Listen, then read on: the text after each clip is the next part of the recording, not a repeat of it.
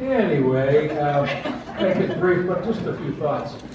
I was out of town for a few days, so I got up this morning and didn't know what I was going to say, so I'll read a few newspapers and I'll come up with a few ideas.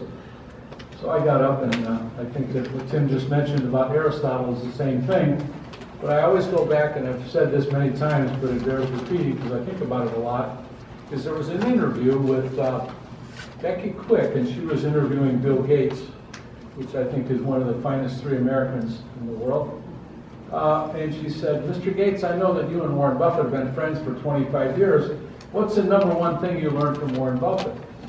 And Bill Gates said on national TV, Warren taught me to think simple.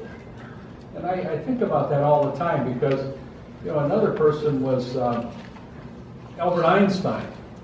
And he said, you know, the 4 or the 5 levels of intelligence are smart, intelligent, the 3rd level is brilliant, genius, and the highest level of intelligence, according to Albert Einstein, is simple.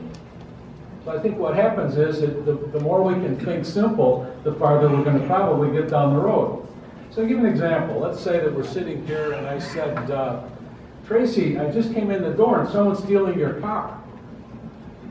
Would Tracy want me to tell her about it? I would think so.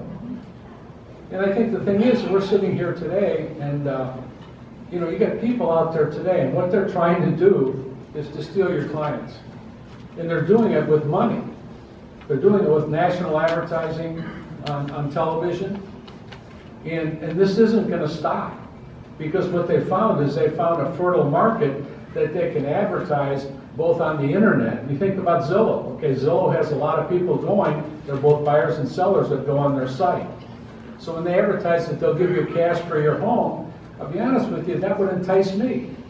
I was at a meeting of our vision group, and we have a lady in there that's probably similar to myself, and she made a statement. She said, you know, if I wasn't in this business and I saw that I could get a cash offer and sell my home, I'd take 10% less rather than have people going through my closets.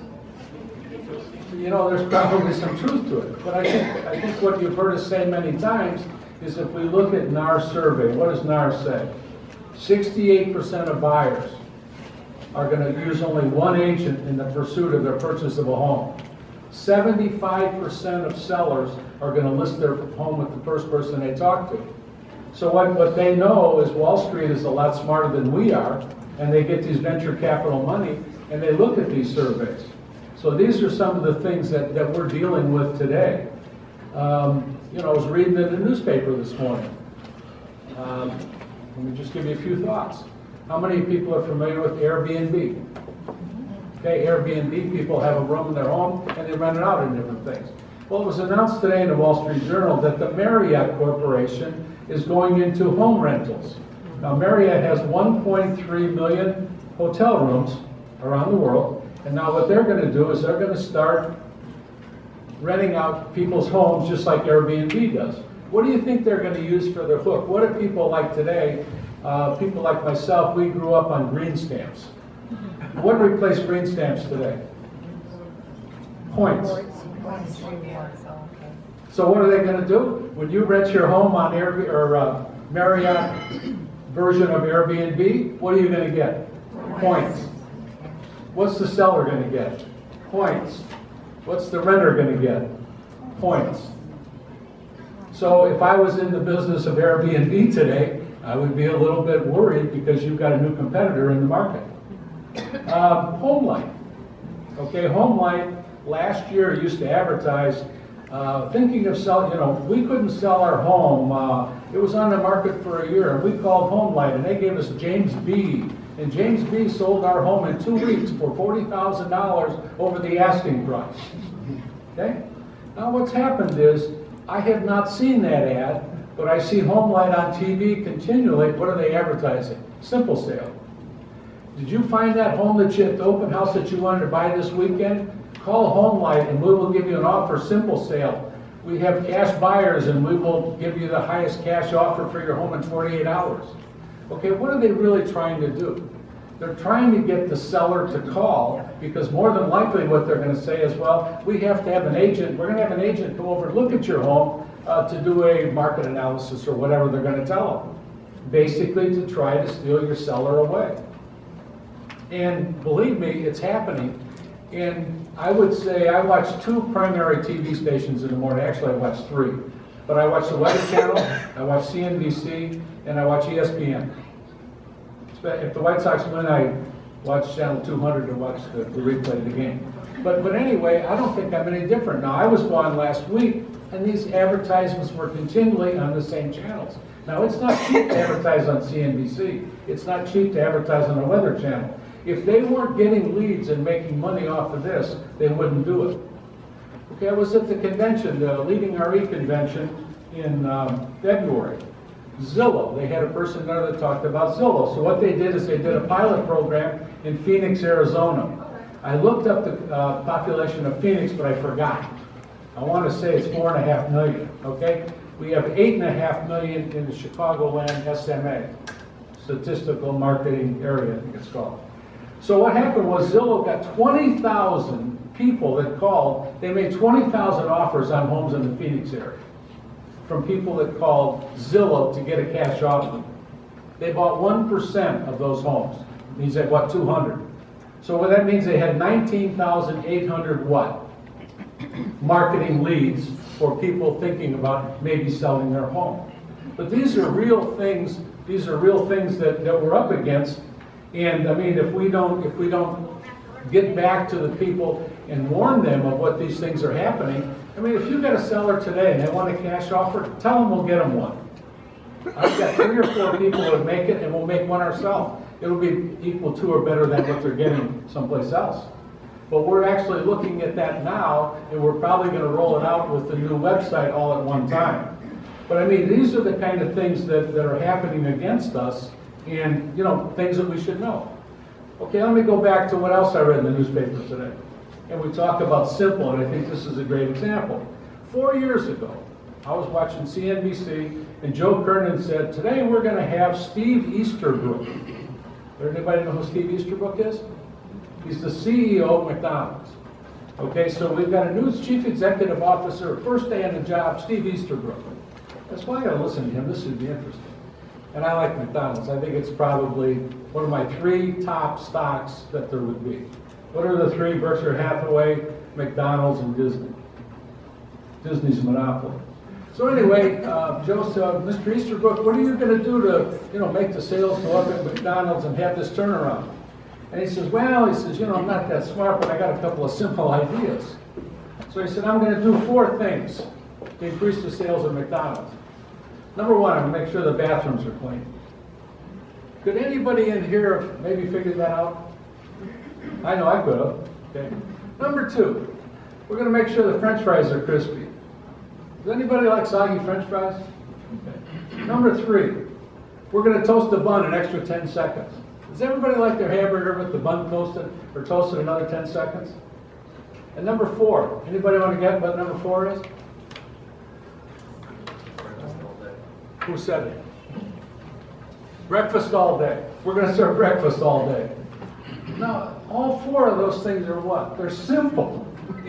It's not brain surgery. You say, well, I'm going to hire the accounting firm of Jeanette Myers and Smith to see how we can save 1 cent on a bun. No, they're simple ideas that people want. And our people want the same thing. And I think what Tim said is that people are loyal and they're fair. But what's happening is unsuspecting. Okay, you got a buyer. You've been showing the buyer a home for 3 months. So what it is, they come by and they see this open house. Well, let's just go into this open house and look at it. I don't want to bother Tracy. And so what they do is they go in there and now they want to buy it. So what happens is we lose because of procurement cost. They weren't doing that intentionally.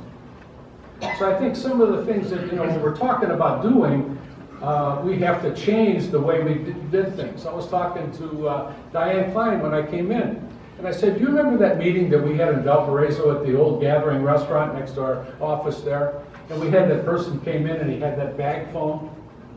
And, I was trying to say, this is what the future is going to be if people are going to use phones. And everybody said, that's crazy. No one will ever buy those. They're too expensive. Well, would you do without one now? Of course, they were expensive at that particular time. So the things are going to change, and we have to change the same way. But I would say that we have another thing here that we need to take a look at. Tim mentioned to me the other day a satisfaction survey of sellers. And the satisfaction goes this: the seller satisfaction is highest with the person that sells their home. And second is the company that listed their home. So what happens is that seller wants you to sell that home. I don't care what anybody says. The majority of the listings that we get are with friends, relatives, and people. What do they think? We're going to sell a home. So what we did is we put something out called this Converse. This wasn't my idea. What I did is that I copied, like everything I do, I copied off of somebody else. So the idea is when we get a listing, before it's actually going to get into the MLS book, is we put it on Converse. Now let's think about this. One of the things that we have to go to, and that is buyer-broker contracts. If you go to Madison, Wisconsin, which is, what's that new company that's going up there? Foxconn, that they're having all the problems getting these people to meet, and they, the county up there, they took out $350 million in bonds to put new roads, and now they can't get Foxconn to honor their contract. That's another story for another day. But think about the converse, okay? So now we want to get buyers to sign buyer-broker contracts. In Madison, Wisconsin, over 90% of the real estate transactions have a buyer-broker contract.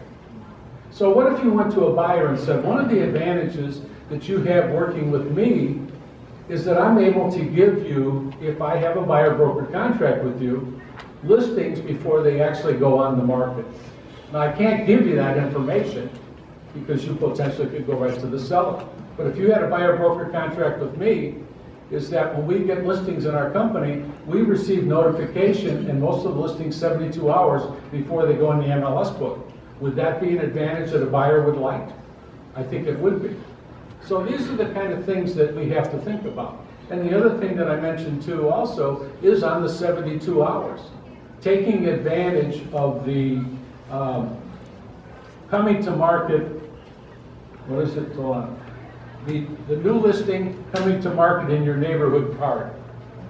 Because again, sending that out to 25 neighbors, what's going to happen? They're going to tell somebody else about it, or they're going to see your sign. Listing that home on a Thursday and holding it open that weekend, getting it into the Converse. Because the key, your second best sale would be if that home was sold by another McColly agent. And think about it, another big advantage that we have is we have a lot more branch offices. And the people don't distinguish, well, it was listed with Cherville and sold with Valparaiso. What they're basically saying is that it was sold by McColly. So there's a big advantage to that, because your worst transaction that you can have is when it's sold on a co-op. Especially if it sells in 3 or 4 days. Okay, you go out and list a home, you put it in the MLS book, you get a buyer that comes from ABC Real Estate, and the home sells. What is the seller thinking? Why did I list with them? I mean, these are facts, and I think we have to take a look at those. So anyway, those were just a few thoughts that I had after reading the newspaper this morning. But I really would like you to rethink the Converse. I mean, it's a big advantage to do that. But the other thing is too, is to really focus the year 2019 on getting into more buyer-broker contracts, or explaining, or give the buyer the option. If they don't want it, they don't have to do it. But I think a lot of them potentially would. But let me just make sure And then the final thing that I wanted to mention also is, like Tim mentioned, if you're thinking about things to talk to the seller, is we have a big advantage with the referral system that we have with leading real estate companies of the world, because you can assist that person any place in the country, either buying or selling real estate. And then the other thing is something that I think has what I call very high utility value is the McColly app. Because again, it's something someone's not going to take off their phone. I would say in the last week, I probably put 3 new apps. I put the radar app, radar weather app on my phone yesterday and learned how to work it. I can't remember in the last probably 2 years since I got this telephone taking an app off my phone. So I think an app has a lot of utility value. So let me, in closing, let me just explain the term utility value. Okay? If we go back probably 6 or 7 years ago, let's say that somebody had an automobile and the automobile was worth $10,000. Okay, so the utility value was what? That would take them to work, it would take them to church, it would take them to the grocery store or wherever they went. Okay? Now let's think about the value of that car today in what I call utility value. You can go and sign up with Lyft, Uber. I don't see a restaurant anymore that I go into that doesn't deliver. Okay, so every restaurant does delivery. You could have Perkins, you could have Wendy's, you can have McDonald's. They all have this Uber Eats and these different, and some of them have their own. So what happens to that automobile of $10,000? It has a much higher utility value today than it did 5 or 6 years ago before you had all these delivery services. Okay, so let's go. The other one we talked about was the Airbnb. Okay, so go back 7, 8 years ago and we didn't have Airbnb the same way today. Let's say somebody has a home that's worth whatever, $150,000. Well, if they have a room or they have a portion of that home or the whole home that they can lease out, that home has more utility value today with an Airbnb or with a, what's the one I just mentioned, the Marriott, that's now going to get into rental homes. So that increases utility value. What I'm saying is an app doesn't cost anything. There's a lot of utility value to it, and you can see the radar weather of any city in the United States for free by clicking on a button. So I think that your app that you have with people, that you can get them to use it, I think that there's a lot of utility value. So anyway, I hope that makes sense, and thanks for listening.